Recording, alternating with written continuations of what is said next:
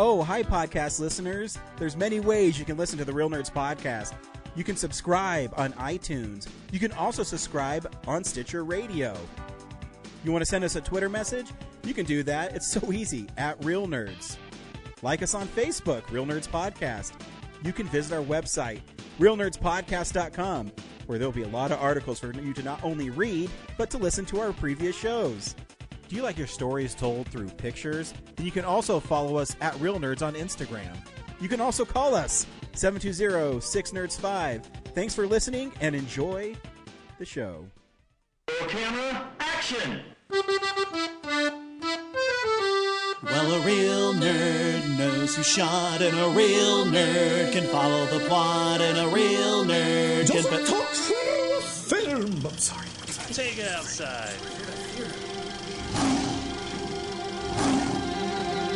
Well, a real nerd knows who shot, and a real nerd can follow the plot, and a real nerd will give it all they got. Lights, camera, action. Real nerds. This is Real Nerds Podcast. We are the best podcast about movies on the internet. It's an official poll that has not been released yet, but I read somewhere that we're the best. You don't have to read about it. You can just know in your heart that it's the best. Just look into your heart and you'll know that we're awesome. As Indiana Jones has said in a recent trailer, it's not so much what you believe, it's how hard you believe it. Exactly. Which is not a statement I'd expect from a scientist, but great. But I mean, he's seen so much stuff though that he has to believe in the mystical a little bit, you know? Well, he just said, well, I mean, I guess he really didn't see what happened at the end of Raiders because he didn't look at it. But right. I think he sensed something mystical was happening. He saw some Nazis, then heard some screaming, and then they were just completely gone. So yeah, I mean, he did see a guy get his heart ripped out about 3 years before that. So oh, that's true. And he did watch his dad come back to life. True, by drinking out of the a wooden the Holy cup. Grail. Yeah, because he knew that Jesus wouldn't have a really fancy cup. It would be one of a simple man. And that foolish Nazi, he drank the wrong one. I think what those movies have telling us is don't be a Nazi. And at the end of the day, that's really what we need to focus on. It's the best message you can get from that, I think. Yes. Don't be a Nazi. Or, like Ant-Man, don't be a dick. Yeah. So every week we see a new movie. This week we saw Cocaine Bear. Stay tuned. We'll say if we recommend the film or not, play the trailer, and then spoil the film. I'm joined by my buddy Brad, who, we're the OG Real Nerds. As you notice, it's a little better this week because we don't have other people dragging us down. Zach did call in his Cocaine Bear review, so you will hear that at the end of the episode. Yeah, and Corinne sent in something too, I think, if I remember reading our emails correctly. Did she? I missed that. I think so. So yeah, how's your week going, Brad? Busy. Just working hard and son of a bee. I mean, are you going to brag that you were able to get the limited edition Zelda or? Yeah, I'll talk about that. I beat a computer for it. Brad 1, Skynet 0. Yeah, so starting day one, bots flooded Best Buy and you couldn't Best Buy and Target, so you couldn't pre-order the collector's edition Zelda box. So I signed up for this app called Hotstock, and it sends me notifications of when Best Buy and Target put it back in stock. But because bots are so in a way, you're using a computer to beat a computer. Yes. Nice. But their computer is so fast they can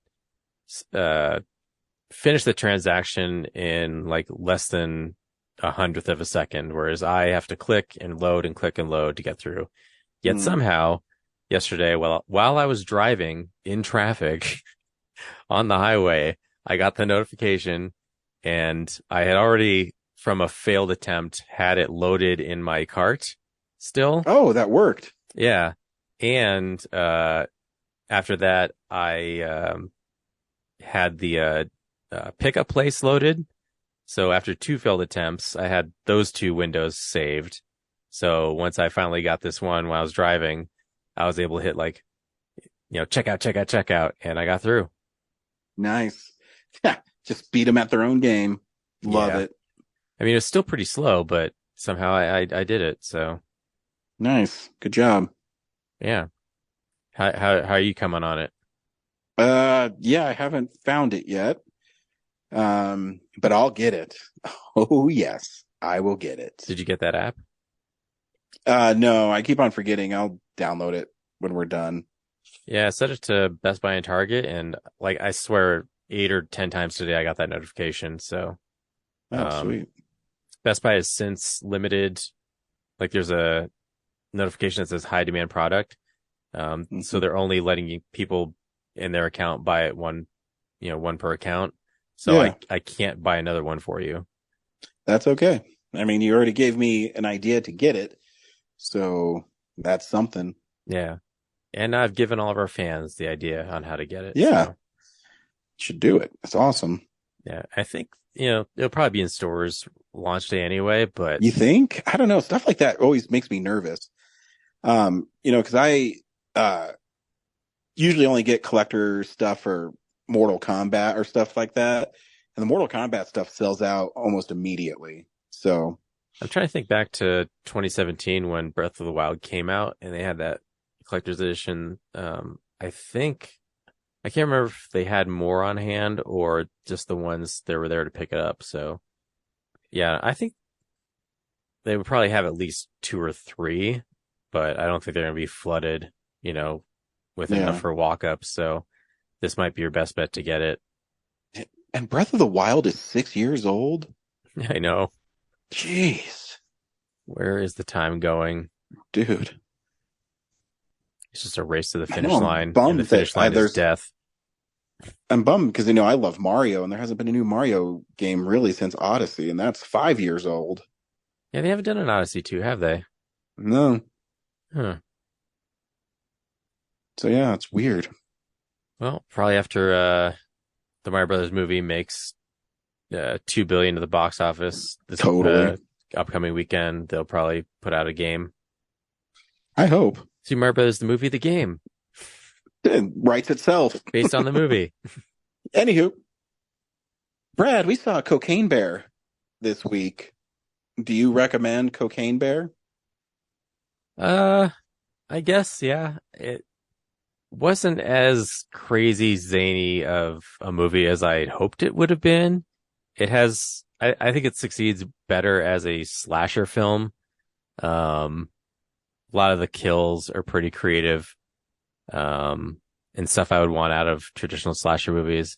But I never really got into the characters, and a lot of their conversations I just didn't pay attention to. There's some funny gags, but overall, I actually thought it could have been zanier, given the concept. So yeah, it's fun, but, it's kind of fun. Like I thought Violent Night was fun. Like it was missing something and could have gone a little further, but it's still a fine watch, if that makes sense. Yeah. I had a lot of fun with the movie.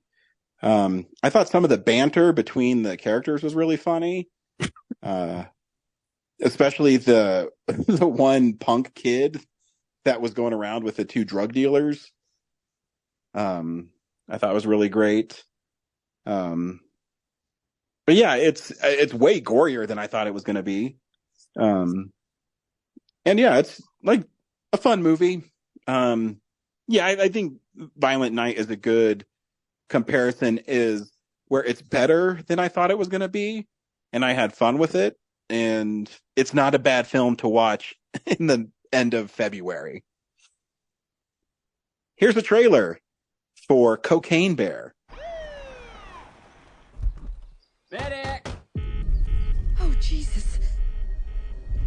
What is that?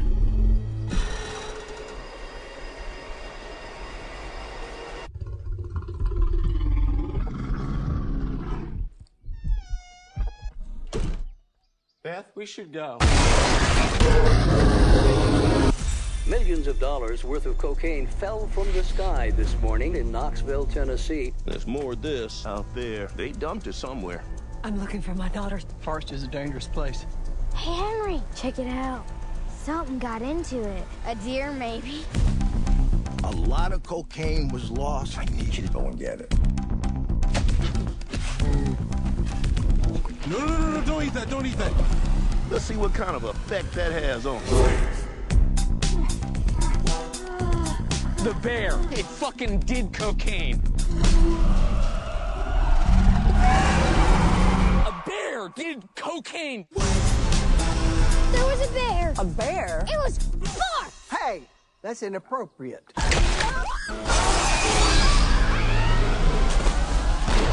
You're safe. Bears can't climb trees. Of course I can.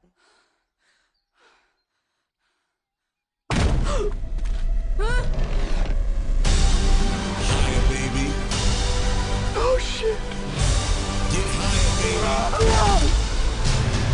baby. It kind of seems like the thing that stays with a man forever. Apex predator. High on cocaine. Out of his mind.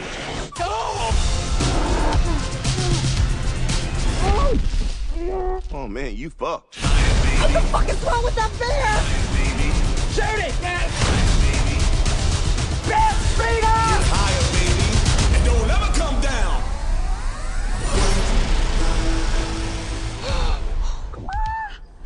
We have such good luck in nature.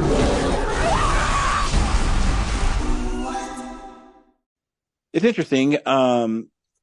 The guy who plays the paramedic who does the IKEA thing where he goes, he'll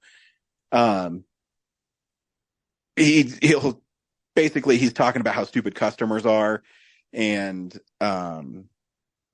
he says, hey, I know this, sale ended last week, but can I still use this coupon? And then he goes, "Did you just hear yourself? No, you can't use this coupon."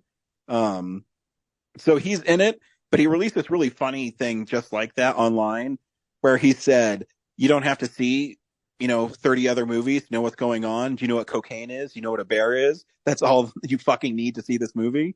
And he's right. It's literally about this drug cartel that is dumping cocaine in a national park to pick up later. And the bear gets into it. And instead of dying, it kind of makes it crazy. And it starts hunting people down like the shark in Jaws and starts killing people. And we meet a couple of kids who ditch school and are on their way to the park, and they both do the cocaine. Which I was like, oh shit, they're actually doing it. And who's the dude who was in Han Solo? I always forget his name. Eric Aldenreich.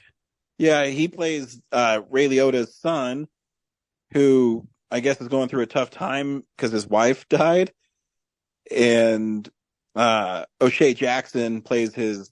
I guess they're like really good friends. And so it's basically he recruits them to go find this cocaine in this national park. Yeah. And his son has gotten out of the cocaine game, so he's being forced back into it. Yeah, and they go to this park where you meet the park ranger and her friend. I don't even, what was the other guy's job who gets his leg eaten? Oh gosh, I think he was some preservationist or something. Yeah, like he knew about the animals or something. Yeah. And then there's these guys that steal things from park guests, and I forget their name. She has a name for them. Yeah, I forget too. But yeah, they're just like 80 punk rock kind of guys who steal from people. And when they try to steal from the drug dealers, they get their asses kicked. And one of them is woken up to take them where he found a bag of cocaine that's on a gazebo.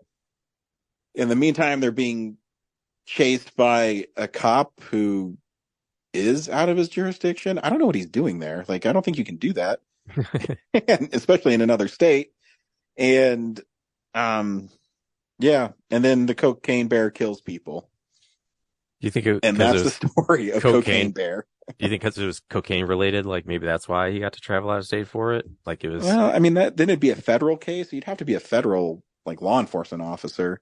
Yeah. So I don't know. I don't know. Maybe in the 80s they could do what they wanted. Yeah, I like given this is based on historical, like this actually happened. When the movie went sort of 80s mode, I was pleasantly surprised, even though I shouldn't have been, because like it was set in that time. Yeah. So I enjoyed the production design and some of the music for it. Yeah, I had a lot of fun with it, and I kept on thinking, man, the Pringles cans were weird back then. The kids were eating out of it, and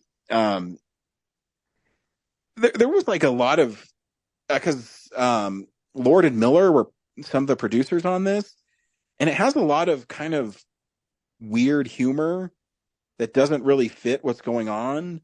I can't remember specific things, but in a lot of their exchanges, you know, especially when the punk kid and the drug dealer are kind of sharing a moment, and he's like, "You get me." It's pretty funny.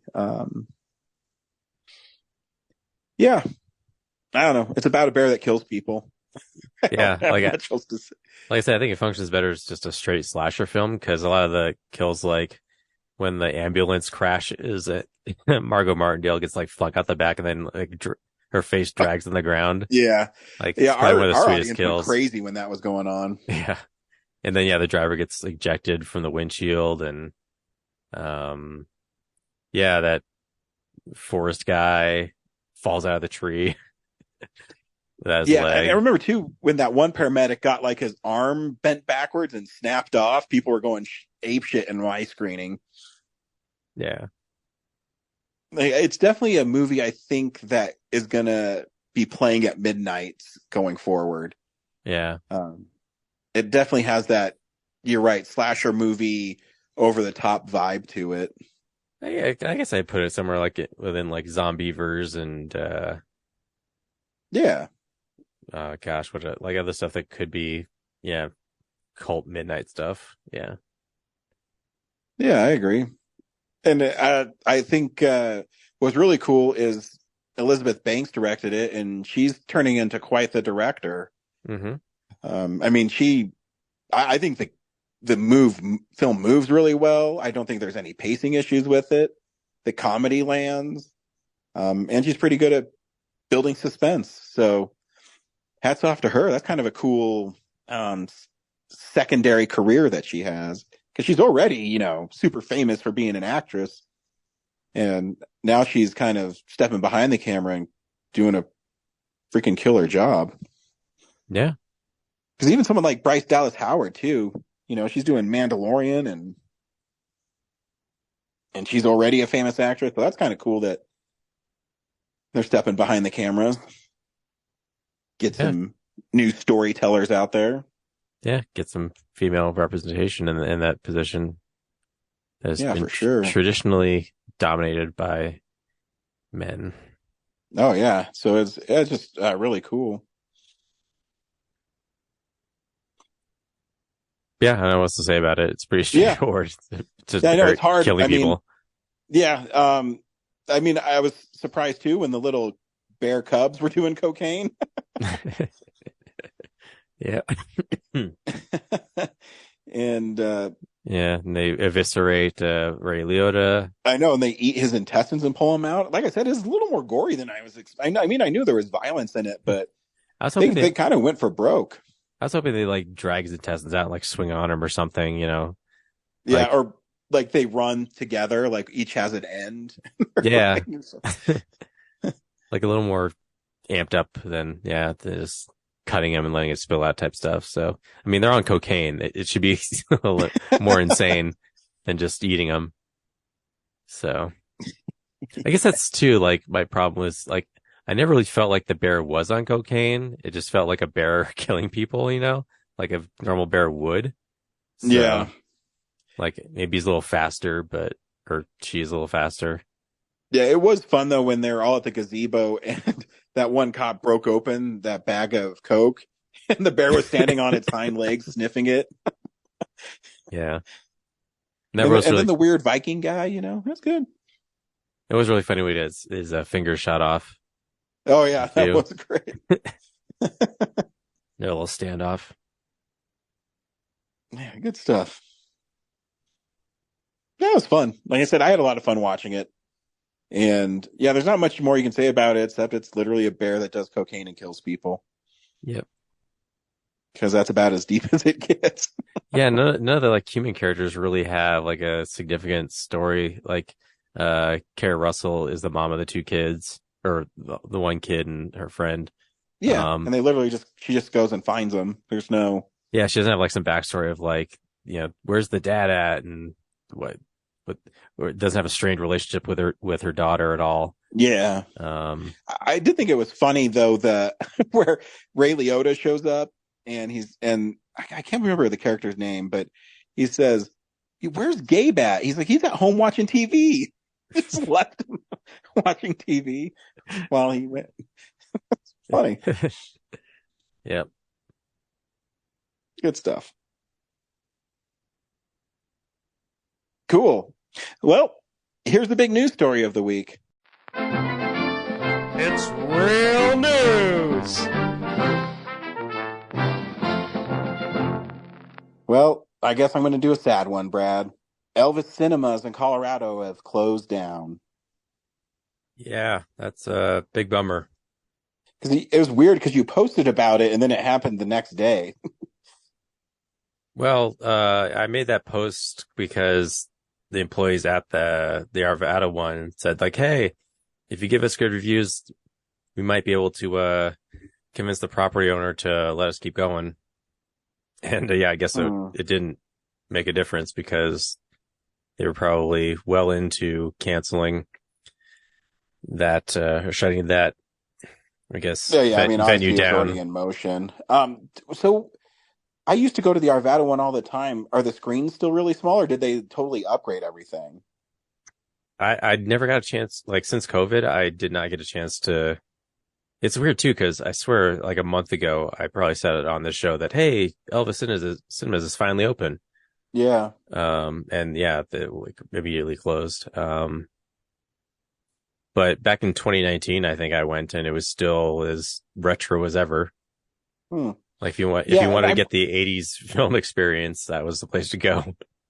I brought it up because I do have one great memory from that movie theater, and to show you how long it's been there and how it's kind of is the end of an era. But I haven't been there in probably 15 years, so I'm part of the problem. Way to go, jackass.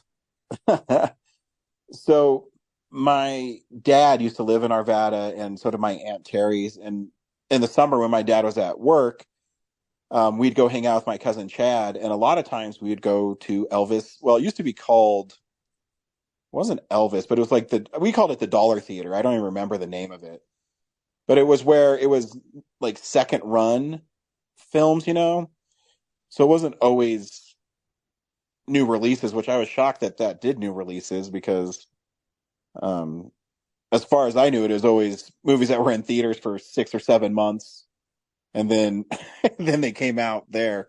Anyways, I guess they couldn't do that anymore because like the turnaround time between a theatrical release and a streaming release is so short. Yeah, that makes sense. Yeah. So then they're probably paying more for the licensing, and then they just couldn't make the money. Yeah, it just made more sense to do new release, and then again they don't want to charge $15 like they should be, so they probably just couldn't justify, given the style of their venue, like charging $15. So yeah, it's probably just a huge hassle. Yeah. So do they still have the blue and pink neons in it? The Arvada one, yeah. Like I have footage of it. It felt very much like walking through a spaceship corridor. Nice. Yeah, I just remember that, and they used to have an arcade where so when I haven't been there in so long, but I'll finish my story. So my Aunt Terry took us there, and we really wanted to see Terminator 2. And of course it was rated R. And so my aunt would drop us off early so we could play Street Fighter 2 and, Turtles arcade game and all that stuff in the arcade that they had while you wait for your film. So we thought we waited long enough, and we went to go see the movie, and the guy stopped us and said, "Hey, you have to be 17 or with a parent to see this movie." And my older brother said, "Oh, our aunt's already in there." And he says, "We haven't let anybody into the movie yet." And so we're like, "Oh, she's not here yet?" So then we stepped away and played games for another 10 minutes. And then we went back and it was somebody new, and they let us in. And my older brother sat on all our coats, so it looked like he was a lot taller than he was. And so that's how I saw Terminator 2. Nice. There's also the movie theater I saw my first Friday the 13th, which was Jason Goes to Hell. And so, yeah, I have a lot of memories at that movie theater. Yeah, I think the last time I was there was I went to the Littleton one because I tried to watch Ford v Ferrari at Denver West, and they got all butthurt that I was bringing my camera in, even though it wasn't like I was sitting there like recording anything. I was just like, I don't want to leave my car. So I was like, okay, screw you guys. I'm going to go somewhere else. And I went to the Littleton Elvis one and watched it there instead. So definitely, and this is the first time I was like, man, another part of my childhood, because I know you and I used to go to the Green Mountain theaters, and those haven't been around for 20 years, but that's where I used to go to see movies. They've definitely been gone for 20 years. Yeah, that's what I mean. Like, yeah, Union Square 6 in Green Mountain. That was before Denver West came around. That was our go-to, and there was a certain smell to the popcorn there that I miss. Hasn't been replicated elsewhere. Brandon, he used to live in 6th Avenue Estates, so a lot of times his mom would drop us off at 1, and then we'd walk across the street to see another movie. Nice. Yeah, so. Yeah, I think the last movie I got to see there was either Rush Hour or The Matrix. But I definitely know I saw Star Trek First Contact there, which was awesome. I think Rush Hour was the last one I saw there, because I remember Brandon and I saw that. God, man, when did that come out? 98? 98, yeah. So yeah, that had to have been the last movie I saw there. I mean, the first one I saw was Teenage Mutant Ninja Turtles. Nice. And I know my mom took me out of school to see it. That's awesome. And yeah, that was the last one I saw there, because I remember seeing it with Brandon, and because we like Jackie Chan, I mean, totally. How can you not? Because we used to, I know you're a lot like us. We used to go to Blockbuster, and if Jackie Chan was on the cover, we probably rented it. So when he had a new movie come out, we always saw it. Oh no, you know what?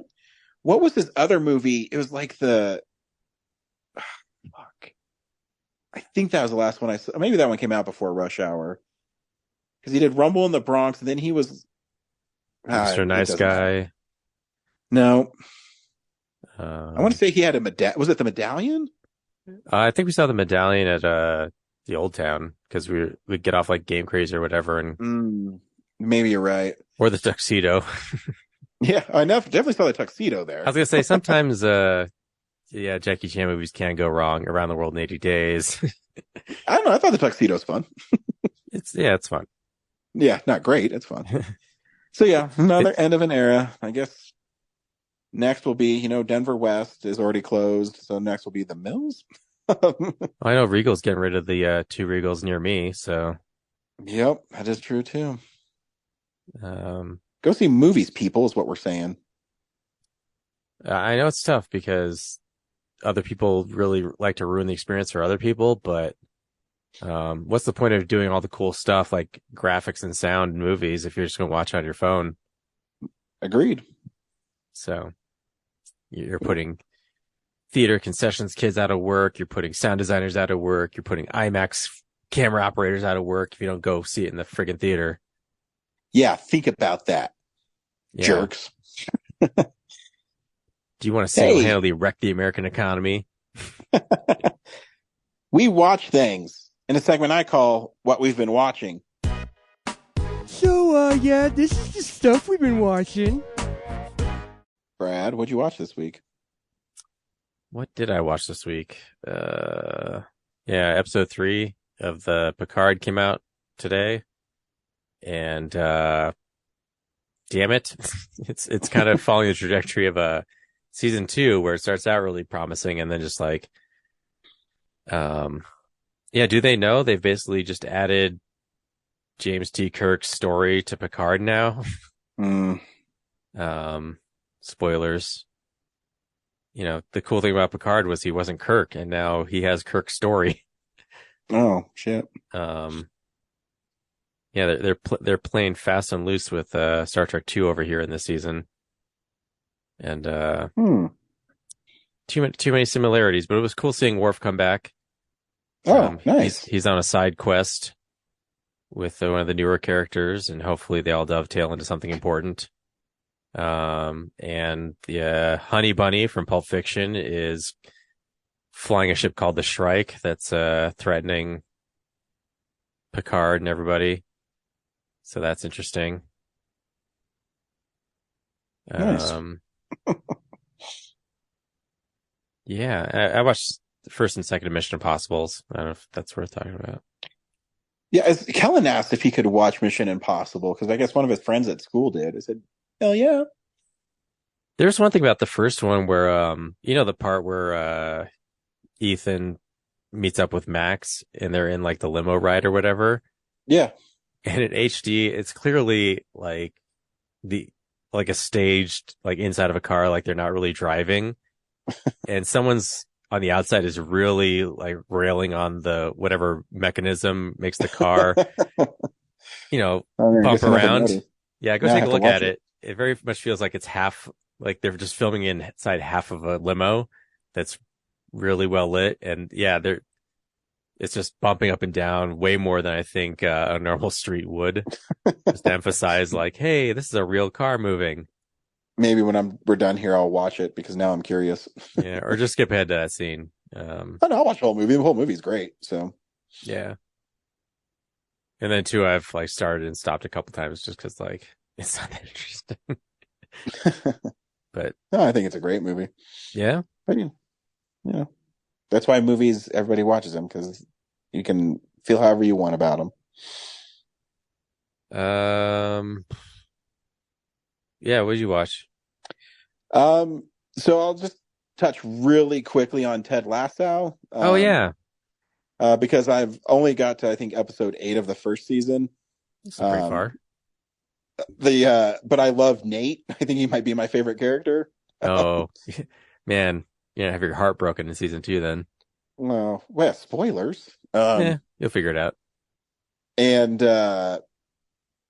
but I think why the show resonates so well is because it's funny, but not over the top funny. And there's a lot of heart in the show. Yeah.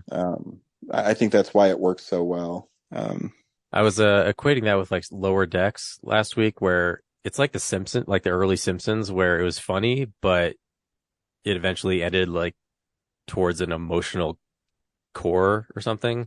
Yeah, the big thing that stuck with me in the first 8 episodes is, you don't understand why someone like Ted Lasso would go and take this assignment, and then you realize it's because he's trying to save his marriage, and that he can't save it. So it's really fascinating. Yeah. Or, the reveal that he's the one who's making the biscuits for his boss. Little things like that, I think, what makes it work really well. Yeah. Cool. I'm glad you like it.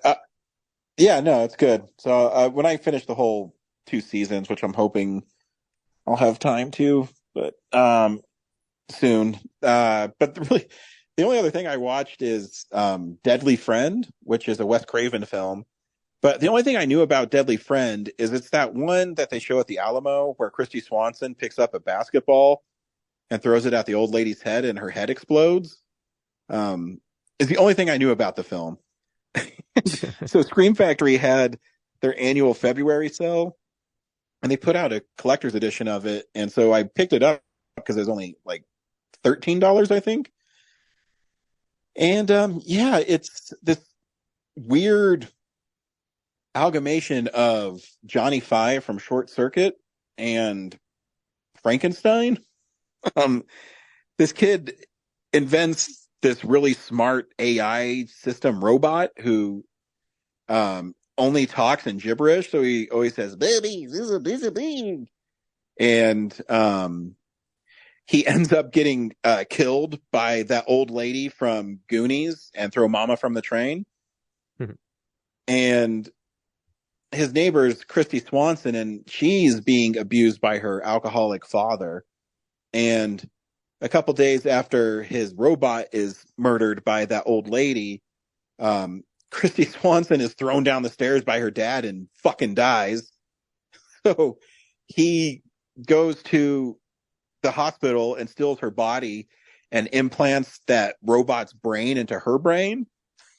And so she moves like the robot, and she makes her hands look like claws because the robot has like claw hands. And it's way more violent than I thought it was going to be.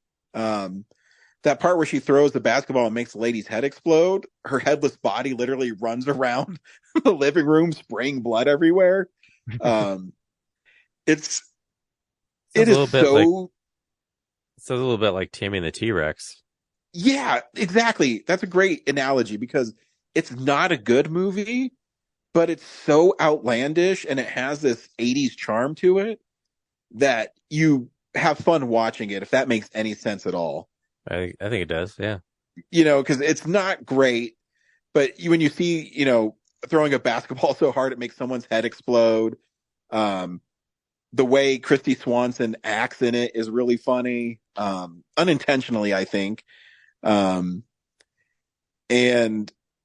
yeah, I think people should see it just because it's so bizarre, and it's really doesn't really feel like a Wes Craven film. I mean, it's shot well, but and you can tell it's low budget because there'd be times when the dude who invented the robot would be running from people, and then all of a sudden he'd be back in his neighborhood because I guess they don't have enough money for different locations. But yeah, it's you have to see it to believe it. Like I can't. It's so silly. But the Scream Factory Blu-ray, they did a new 4K scan of it, so it looks really nice. They have interviews with Christy Swanson and the makeup people and a couple others, and it's a really well put together Blu-ray. And if you're looking for a midnight movie, it's definitely one I would recommend if you're not going to take it too seriously, because it's kind of stupid in a 80s charming way. And that's what I watched this week. Hey, the nerd sent something this week. Let's take a listen. Hello, Real Nerds listeners. This is Zach. I'm sorry I could not be here on the episode. I'm trying to come back a little bit more often. But I wanted to take time to talk about Cocaine Bear. Wonderful film. Excellent. I really, really recommend you all go see it. This is quite a fascinating little spectacle of a film. I was expecting something in the vein of a Sharknado where there was no attention to detail and there was no attention to actually telling a story, and instead exploiting the animal attack film or the nature on the loose genre. But I was very delighted to find out that it was a very well executed and efficiently directed film. Only 97 minutes. It's unheard of today. Everything usually needs to be 2.5 hours. Cocaine Bear only needs 97 minutes to make its point. I think Elizabeth Banks skillfully directed the film to the point where there are moments of sheer terror that do find their way through an otherwise mostly humorous proceeding. I think Kerry Russell handles herself very well, but I'm so happy to see the return of Alden Ehrenreich to the screen, as well as seeing a little bit more O'Shea Jackson Jr. I think their side story about trying to find the stash that has been dropped from the airplane at the beginning is fantastic, and Alden Ehrenreich's like crushed, like widower vibe it plays for such wonderful dark comedy. Isaiah Whitlock Jr. is fantastic in this. You've got a really wonderful moment, especially at the ranger station, where it's just executed so brilliantly as not just an action sequence, but as a horror sequence, and it's just beautifully timed. It's excellent. I don't want to spoil anything. I'm sure that Ryan and Brad will get to that here on the spoilers, but rest assured, you guys are in for an absolutely wonderful treat. It's rare that a film like this executes its promise successfully without becoming a big joke, and I appreciated the gonzo atmosphere. It did feel like an 80s movie, both in tone and style and in delivery. So by all means, go check out Cocaine Bear, and stay tuned for Ryan and Brad's review if it comes before. If it comes after, Brad and Ryan, I'll see you next time. Thank you, Real Nerds listeners, and I'll see you all soon. Hey nerds, Corinne here for another installment of Showtime. Typically I talk about something cool I've been watching lately, but this time I'm just going to talk about a few little bits of different things I've watched over the last couple of months that I haven't gotten to talk about because I have only been on 2 episodes in the last 2 months and haven't really sent in any Showtimes lately. Sorry about that, but I just want to mention offhand, I went to my first ever opera last night. Wasn't planning on it. My friend who's big into opera, she's a trained opera singer, so she knows all about it. She texted me last minute, hey, I have an extra ticket. Do you want to go? And I'm like, sure, I'm always down for culturing myself and learning about stuff. And I could not tell you the name of the opera it was a German opera. Don't know what the actual title is, but it translates to The Dead City, which sounds way cooler than it actually was. It's relatively modern opera as far as I understand. It was written in, I don't know, early 1900s maybe. Yeah, really weird for a guy to just be singing a whole bunch of stuff, really operatic, and then he just puts on a fedora and just walks out of there. It's that's a little bizarre. Yeah, my friend who, like I said, she's really into opera, I told her this was my first ever opera, and she said, wow, this is a really weird one for you to start with. Usually you want to do something entry level like Carmen or, I don't know, something that's very, basic and, approachable. And this one is, 20th century German opera. And they always joke, I guess, operas always have sad endings or something, and this one actually, I wouldn't say it was a happy ending, but it could have been a lot worse. Yeah, I don't know if I want to give you the whole synopsis, but the gist of it was that this guy is mourning the loss of his wife, and he ends up meeting a woman who looks and sounds just like her, and so he kind of tries to project onto her the wife he lost, and maybe starts a romance with her. It was weird.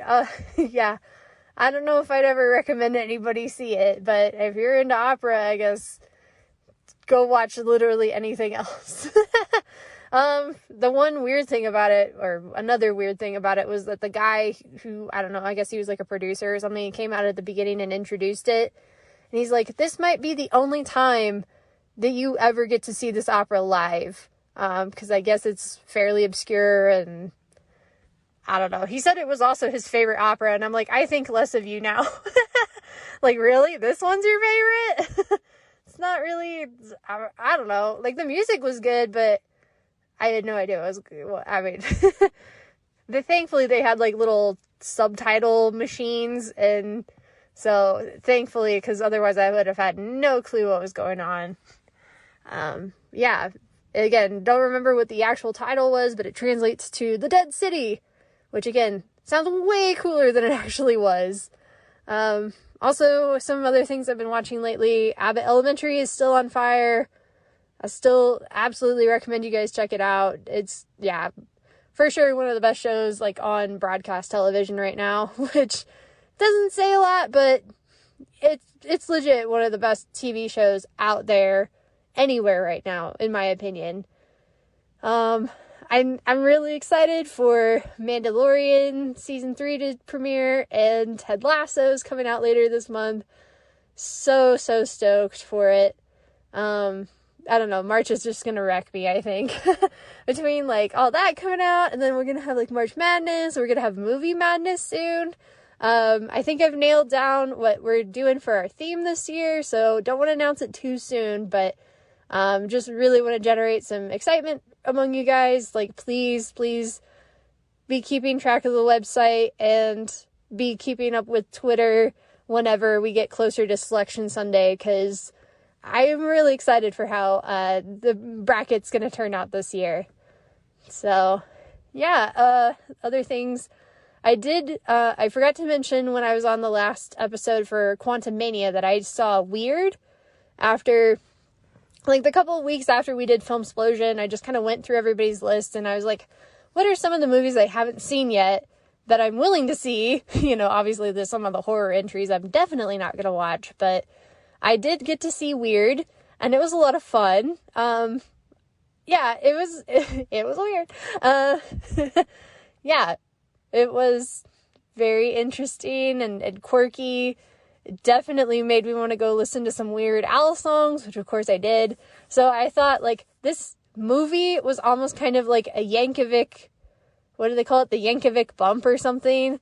It's been a few weeks now since I've seen it. But yeah, I'm like, this was almost like a Yankovic bump for himself. Because, like, again, just watching the movie made me just want to go listen to all of his songs. So yeah. I did mention I saw Puss in Boots: The Last Wish. Really good. I actually really want to see it again. I'm tempted to go see it tonight, but I think I might defer to later in the week. And I like I said, I saw Banshees of Inisherin. It was all right. I mean, again, really well made. I just don't know if I'd ever want to watch it again. So yeah, I'm really, really stoked for March. By the time, like, no doubt you guys will hear from me next time about all sorts of Mandalorian stuff, and then in a couple weeks I'll be talking about Mandalorian and Ted Lasso.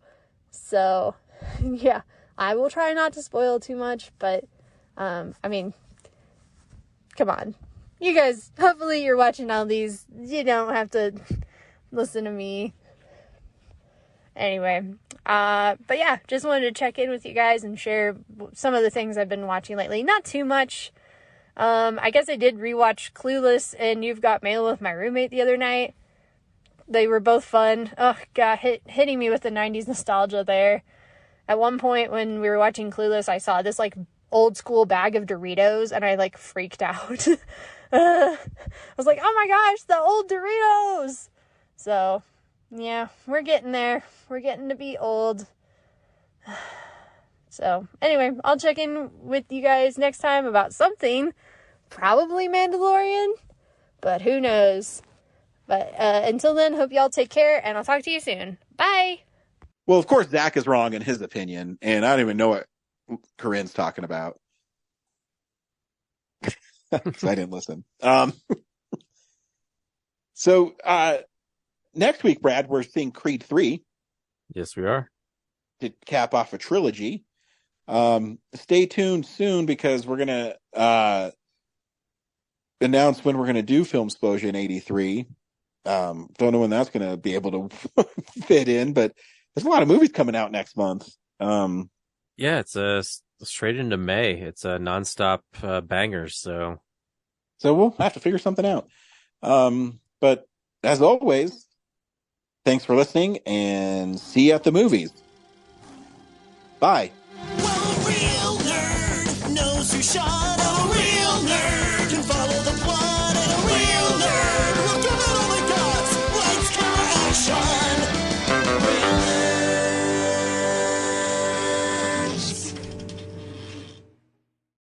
Thanks for listening to Real Nerds Podcast, a Nebulous Visions production. Stream or download episodes, read articles at realnerdspodcast.com. Stream us on Apple or Google Podcast, Stitcher, Spotify, or iHeartRadio. Follow us on Facebook, Real Nerds Podcast. Twitter and Instagram, @Real Nerds. Watch us on YouTube, Real Nerds Podcast. Email us at realnerds@gmail.com. Call us at 720-6nerds5. Thank you to Sparks Mandrill, Mike at Plan 9 Studios, and Bolognium for all of our groovy theme songs. And that's how you fucking do it!